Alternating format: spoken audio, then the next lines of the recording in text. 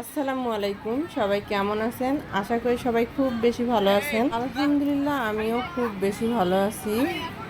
দেশ ও দেশের বাহিরে যে যেখান থেকে আমার ভিডিওটা দেখছেন সবাইকে অসংখ্য ধন্যবাদ। অনেক দিন থেকে লং ভিডিও দেওয়া হয়নি, ভাবলাম আজকে একটা লং ভিডিও বানাই। ঈদের পরে আজকে আমার মেয়ের প্রথম স্কুল। প্রচণ্ড রোদ এবং খুব গরমের মধ্যে স্কুলে দাঁড়ায় দাঁড়ায় ভিডিওটা করলাম। রমজান মাসে পুরোটাই স্কুল বন্ধ ছিল, এত আরাম ছিল, আর আজকে থেকে একদম আরাম শেষ হয়ে গেল। আমার কাছে স্কুল নিয়ে যাওয়া নিয়ে আসা এবং কোচিংয়ে নিয়ে যাওয়া নিয়ে আসা এটা একদম বিরক্তের কাজ মনে হয়।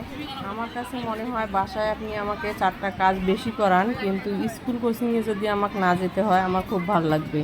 দেখতে দেখতেই রমজান মাসটা কিভাবে যে শেষ হয়ে গেল, এখন আবার আমাদের সংগ্রাম শুরু হয়ে গেছে।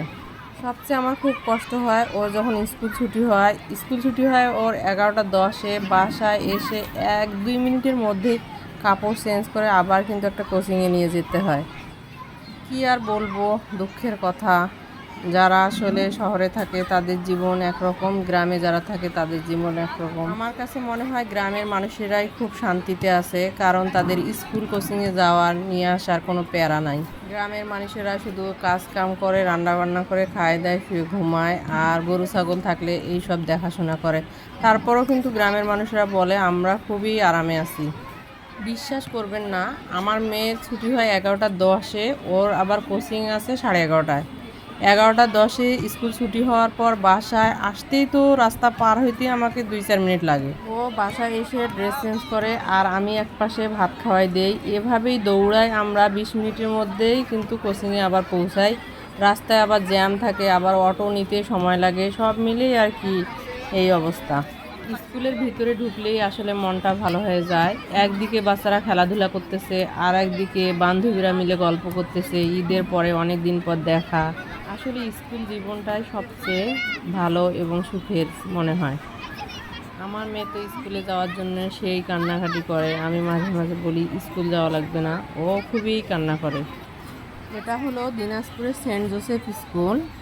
স্কুলটা খুব সুন্দর এবং এখানকার পরিবেশটা খুব ভালো। দিনাজপুরের মানুষ অনেকেই আমার ভিডিও দেখে, যারা এই স্কুলে লেখাপড়া করেছেন অবশ্যই কমেন্ট করে জানাবেন। আর একটা আমার কষ্টের কথা শেয়ার করি, স্কুলে কিন্তু প্রতিটা দিন ছুটি করে যেতে হবে। সকালবেলা আমার এই 2 ছুটি করা একদম বিরক্তের কাজ। সকালবেলা উঠেই 2 ছুটি করা যে কি বিরক্তের কাজ, এটা ভাষায় প্রকাশ করতে পারবো না। আমি আসলে গ্রামের স্কুলে লেখাপড়া করেছি, এত নিয়ম কানুন ছিল না যে 2 ছুটি করতে হবে, স্কুল ড্রেস পরতে হবে, জুতা পরতে হবে।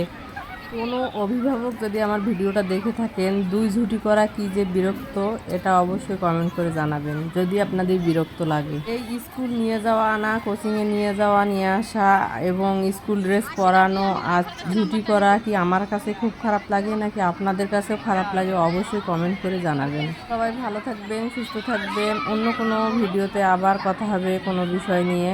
এই পর্যন্ত অবশ্যই আমার পুরো ভিডিওটা দেখবেন এবং কে কোথা থেকে আমার ভিডিওটা দেখলেন অবশ্যই একটা কমেন্ট করবেন। আজকের ভিডিওটা এই পর্যন্ত। সবাই ভালো থাকবেন, সুস্থ থাকবেন। আবারও আল্লাহ হাফেজ, আসসালামু আলাইকুম।